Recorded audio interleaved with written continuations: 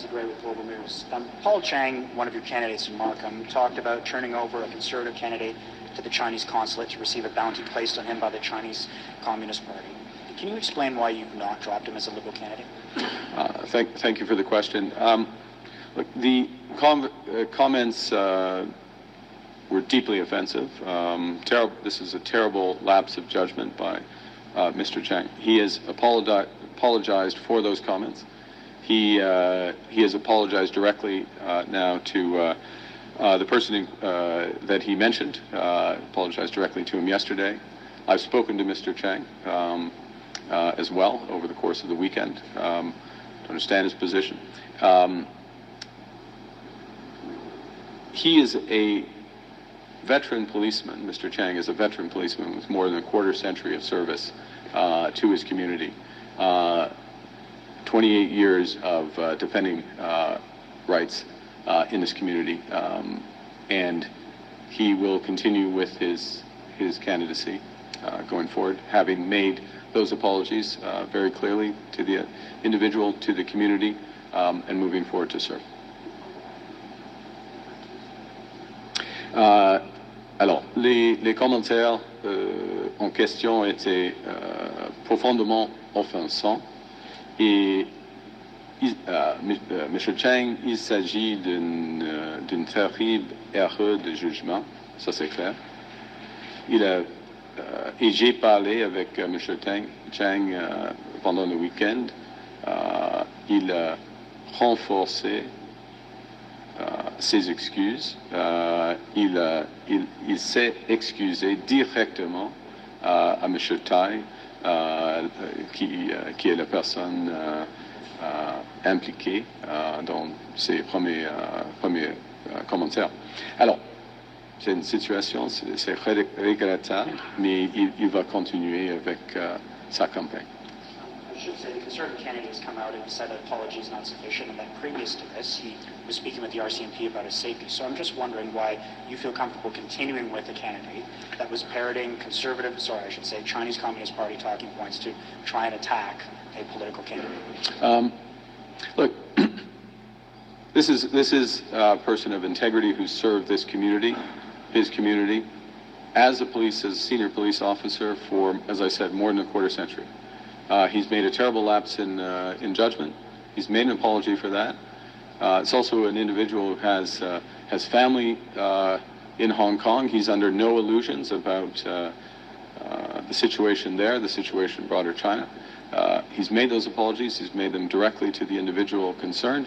He's made them directly to me. He has my confidence. Thank you.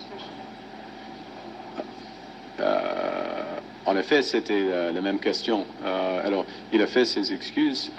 J'ai parlé directement à lui et je viens de souligner que M. Chang a été un policier à Toronto depuis longtemps, pendant plus de 28 ans.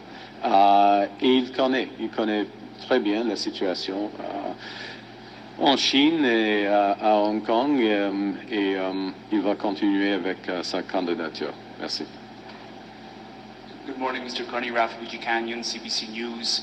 It's not just opposition parties calling for Mr. Chang's resignation, it's also at least 13 civil society groups. What message are you sending to Canadians who are worried about pressure from China when you allow him to stay on? And how can you credibly criticize Pierre Poilievre for his lack of security clearance when Mr. Chang is considered a worthy candidate? Well, the first thing, I can very credibly criticize the leader of the opposition for being at 930 days running and not having a security clearance. I will say as well, in the course of my responsibilities, current responsibility, I didn't do that. That wasn't me. I did manage to cut the piece of wood second time running. Although I was under expert supervision. No, getting back to these are serious matters, so I appreciate the question. But in the course of my responsibilities as Prime Minister, just yesterday, I received an additional briefing on foreign interference and potential matters related to that. Of course, I can't share any details of that. But it just underscored once again, I take my responsibility seriously, but the extent to which leader of the opposition does not and hasn't for more than 3 years. In terms of, but to go back to the specifics of your question, this situation. Look, I deeply offended by those comments. As I said, they're a terrible lapse of judgment. I view this as a teachable moment. It underscores the respect with which we treat human rights in this country, the differences between Canadian society and other countries. This, after all, though, I will go back to the character of the individual who made a lapse judgment. This is someone who has served our community, has been on the front line of policing for almost 3 decades, and has been standing up for those rights and has that track record for it.